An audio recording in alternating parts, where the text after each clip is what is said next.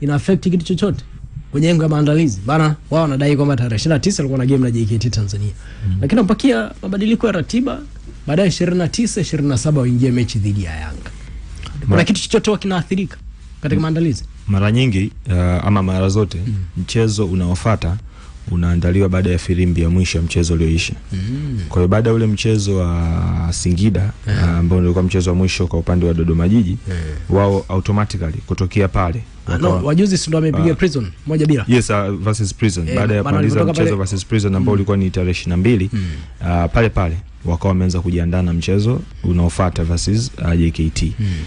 Lakini katikati ya maandalizi ya mchezo versus JKT ambao unahitaji maandalizi ya utofauti, unakuwa una namna tofauti ya kuandaa wachezaji kisaikolojia, unakuwa una namna tofauti ya kuandaa kimbinu, unakuja kupewa ratiba ya Young Africans.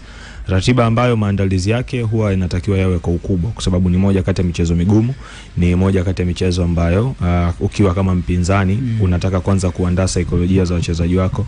Utatamani uwe na wachezaji ambao wote wako timamu. It means yawezekana kwa sababu kesho unacheza na Young Africans, basi mchezo mmoja nyuma ukapunguza matumizi ya baadhi ya wachezaji ili ulinde nishati zao, uweze kuwa na wachezaji ambao wengi ni timamu, wako fresh kwa ajili ya mchezo mgumu versus Young Africans. Kwa hiyo mwalimu anaendea kwenye mchezo wa Yanga akiwa na maandalizi ya muda mfupi, maandalizi ambayo yanahitaji zaidi sasa uwezo mkubwa wa wachezaji kuwa na utimamu wa kwanza kupokea mbinu za mwalimu kwenda kuzitumia kesho, lakini pili ni utimamu wao binafsi, namna ambavyo wali recover kwenye game versus Tanzania Prisons, yes. Na namna ambavyo wao kama wachezaji wanakuwa wameshajitrain psychologically kwa ajili ya maandalizi ya mchezo versus Young Africans. Tactical. Nini unakiona kesho? Yanga ametoka kushinda goli 6 hivi karibuni, amempiga Mashujaa. Wao wamewafurusha watu hapa juzi Tanzania Prisons. Nini tathmini kiujumla kimbinu na ufundi? Ni mchezo mgumu tu bado kwa Dodoma. Haijalishi Young Africans na yupo kwenye fixture ya aina gani. Bado ni mchezo mgumu kwa Dodoma, na ugumu wa mchezo unaanza kwanza kwenye form ya Dodoma wao wenyewe. Licha ya kushinda mchezo uliopita, Dodoma yupo katika kipindi kigumu sana, kwa sababu katika michezo 10 aliyecheza Dodoma amefanikiwa kukusanya alama 10 pekee, ambazo amezichukua 6 kwa kushinda michezo 2, na alama hizo 4 zilizobaki ameziokota kwenye sare. Lakini amepoteza michezo 4. Kwa hiyo ukiangalia ile run of form, Dodoma ana takriban michezo 8 ndo amekuja kupata ushindi kwenye mchezo versus Tanzania Prisons. Kwa hiyo hayupo kwenye form nzuri. Wastani wake wa kuruhusu goli pia ni wastani wa kuruhusu goli ni wastani wa 1.5, anaruhusu goli per game, lakini wastani wake wa kufunga ni mdogo, kwani amefunga goli chache kuliko hata idadi ya mechi alizocheza, ambazo pia ni 0.5 kwa game 2, au unaweza kaweka wastani wa goli 1 kila baada ya game 2, which sio wastani mzuri kwa timu ambayo inaenda sasa kucheza na moja kati ya timu yenye safu ngumu za kuzuia, lakini moja kati ya timu ambayo yenye safu bora ya ushambuliaji. Lakini kingine ni namna ambavyo Dodoma wako limited kwenye kikosi cha ubora. Ukitaja kikosi bora cha Dodoma utataja mtu kama William Edgar, lazima awepo kwenye timu. Utamtaja mtu kama Beno Ngasa, lazima awepo kwenye timu, na wengine wachache ambao kina Agustino Msata, ambao ndo nataka wawepo kwanza kwenye kikosi cha kwanza ili uite Dodoma bora. Lakini hawa wachezaji ambao ndio bora kwenye kikosi cha Dodoma wanatakiwa kucheza michezo yote, meaning lazima acheze mechi ya Tanzania Prisons, lazima acheze mechi ya Young Africans, lakini huyu mtu pia lazima umtegemee kwenye mchezo unaofuata. Kudisturb kikosi chako bora ni kupunguza ubora pia wa kikosi kiujumla, ni kupunguza nishati ya wachezaji kujituma. Sasa wanaenda kucheza na Young Africans ambao wao wana uwezo kuwa kwenye rotation, halafu bado wakawa na kikosi imara, either mara 2 ama mara 3 kukuzidi wewe. Kinacholeta utofauti hapa ni namna tu ambavyo Young Africans watai-approach hii game. Lakini tukibaki kwenye essence ya ubora, bado Young Africans wana ubora mkubwa kuliko Dodoma. Sasa namna kitu ambacho tunaweza tukakitarajia kwenye mchezo wa kesho, hakutokuwa na utofauti mkubwa sana na game versus Mashujaa, kwa sababu mchezo huu pia Young Africans anatakiwa ugawanye katika fikra mbili. Kwanza kuugawanya kucheza na Dodoma, lakini katikati ya kucheza na Dodoma lazima pia ucheze na Al Ahly. Na maana ipi? Kuhakikisha kwamba unafanya rotation kwenye baadhi ya maeneo, lakini cha pili ni kuhakikisha kwamba mchezo huu unaumaliza mapema. Kwa hiyo kitu ambacho tunaweza tukitarajia ni kwamba Yanga katika zile dakika za mwanzo wataweka pressure kubwa sana kwenye lango la Dodoma kuhakikisha kwamba wanapata goli la mapema ili waiweke mechi kwenye ahueni ya kwamba kipindi cha pili mwalimu anaweza akafanya mabadiliko ya baadhi ya wachezaji kuhakikisha kwamba wachezaji hao anawatumia aidha kwenye mchezo unaofuata ama anakuwa at least na kundi kubwa la wachezaji ambao hawajachoka kulingana na fixture ilivyokaa. Lakini kitu kingine ambacho tunaweza tukakitarajia ni mabadiliko ya muundo wa kiuchezaji wa Young Africans. Ukitazama mechi iliyopita ya Ahli ametoka kucheza na back 3, meaning kesho expectations ni kwamba Yanga atarudi na back 4. Lakini back 4 ya kesho, kitu ambacho ninaweza nikakitabiri ni back 4 ambayo itakuja na muundo wa 4-1-4-1 kama ambavyo aliingia kwenye game na Mashujaa. Kwa nini 4-1-4-1? Mfumo unamtengenezea balance nzuri sana ya kuwa na watu wengi kwenye eneo la kushambulia. Hapo awali kumbuka nimekwambia ni mchezo ambao tunatarajia Yanga zile dakika za mwanzo weke pressure kubwa ili apate goli la mapema. Ukiwa na watu watano kwenye phase ya Dodoma, automatically unakuwa umejiweka kwenye mazingira ya kuwa na watu wengi kwenye zoni yao ambao itakurahisishia wewe kutengeneza nafasi nyingi na kupata goli.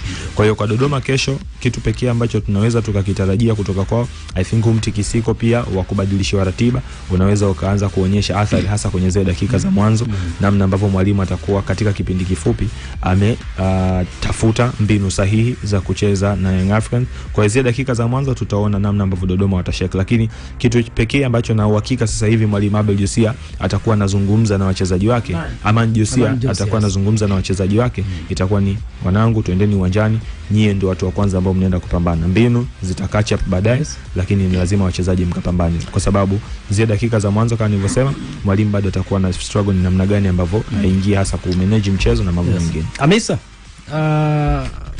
mechi 5 za mwisho head to head, kichwa kwa kichwa kichwa kwa kichwa, head to head. Yani hizi ni zile walizokutana, usije ukachukua hiyo tafasiri ya kichwa kwa kichwa usiondoke nayo tafadhali. Kwenye mechi za head to head zile ambazo walikutana wao kwa wao, kwenye mechi 5 tu tumeziweka wastani wao. Kwenye hizo mechi 5 Yanga amefunga magoli 18 na ameruhusu magoli 2. Yani 18 kwenye mechi 5 kafungwa Dodoma Jiji. Na kwenye hizo mechi 5 za mwisho ushindi mdogo zaidi wa Yanga ulikuwa ni goli 1-0 2024.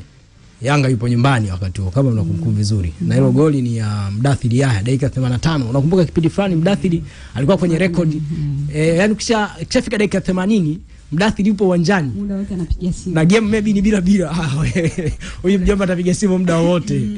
Kwa hiyo kilikuwa ni kipindi chake, maana nakumbuka kuna Namungo alikuja akawaadhibu Kagera Sugar, kuna mechi moja imechezwa hivi ile ilikuwa ni Kagera ni Dodoma, ilikuwa Chamazi ile mpaka naondoka, kuna picha moja kama maarufu akaenda Dodoma Jiji ilikuwa tough sana ile game, ilikuwa ubingwa kwa hiyo ilikuwa ni moment fulani of course Mdathiri alikuwa nazo. Nimekupa hizo takwimu. Ukitoa hiyo mechi ya goli 1-0, mechi zilizofuata ni 4-4-4-5. Hizo mechi 3 of course za mwisho ambazo yeye huyo Dodoma hajapata goli lolote. Kwa records za head to head kwenye mechi 5 za mwisho, tutegemee of course zikiendelea kama kawaida. Wa quality madaraja hizi timu. Unajua kwangu ishushe mic vizuri. Kwangu issue ya head to head huwa naiangalia kwenye engo moja kwamba hiyo inaweza kabakia kama historia. Kitakachokuwa kinafanya kazi kwa muda huo ni fomu husika ya watu wote wawili ambao wanakwenda kukutana. Kwa sababu inawezekana ikawa head to head, umekuwa labda kimnyanyasa mpinzani fulani, lakini kwa fomu ambayo ulikuwa nao huko nyuma ilikuwa inatosha wewe kuweza kuwa unamnyanyasa, lakini kwa muda husika mnakutana ili hali fomu zenu ziko tofauti. Labda yule ambaye mara nyingi huwa unamnyanyasa akawa tayari naye amebadilika, hiyo inaweza ikaathiri hiyo head to head, na ndio maana tumeona mara nyingi football imekuwa ikionyesha mazingira kama hayo.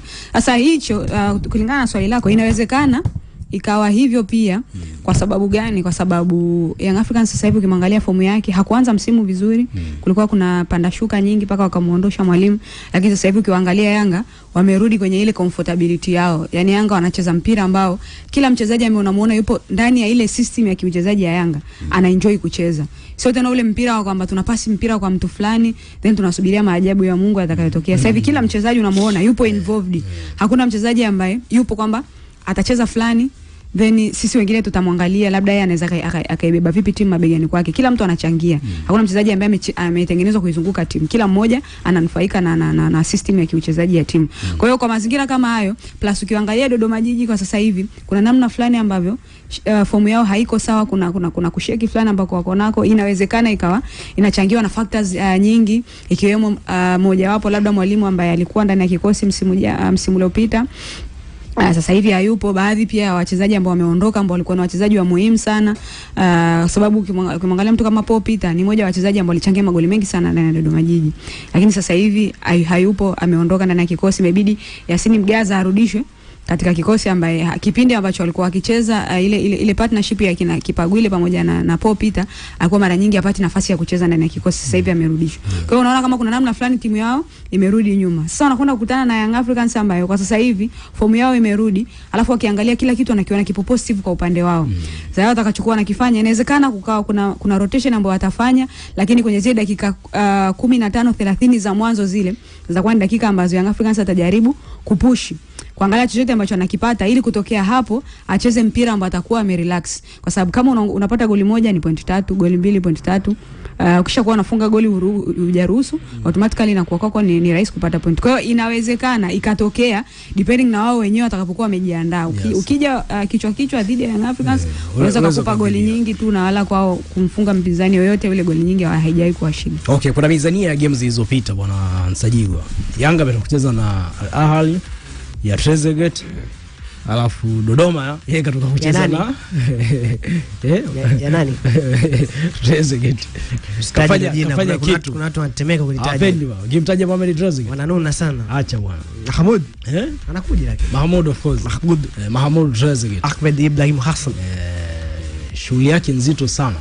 Okay, Dodoma imetoka kucheza dhidi ya nani ya Prisons. Yeah. Lakini kwenye mechi ya Mashujaa wastani wa magoli ambao walifungwa 45 za kwanza goli 3, second half of tushuhudie pia magoli 3, jumla 6. Makosa makubwa yalikuwa ni kuzidiwa, yani uwezo walikuwa washazidiwa Mashujaa.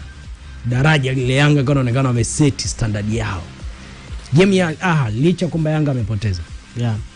Inaongeza uzito zaidi kwa Dodoma, kwamba unakabiliana na mtu ambaye ana test ya CAF Champions League.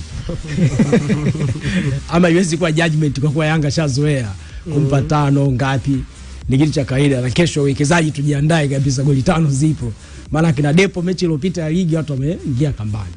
Ni mechi nyingine tofauti. Ni mechi tofauti. Sijaona Dodoma msimu huu wakicheza na timu kubwa. Ili nione tabia yao ikoje. Wamecheza na Singida juzi kaka. Singida sio timu kubwa. Tuheshimiane kidogo basi. Jamaa. Singida timu kubwa wapi? Timu kubwa nazungumzia Simba, Yanga na Azam, sio Singida. Sijaona msimu huu wakicheza kabisa. Sasa ile mechi walikuwa na tofauti kati ya timu ndogo na timu kubwa. Kwa kuna tofauti. Kuanzia mentali, hakuna chochote bali. Na Dodoma alistahili kushinda. Bila tu mambo ya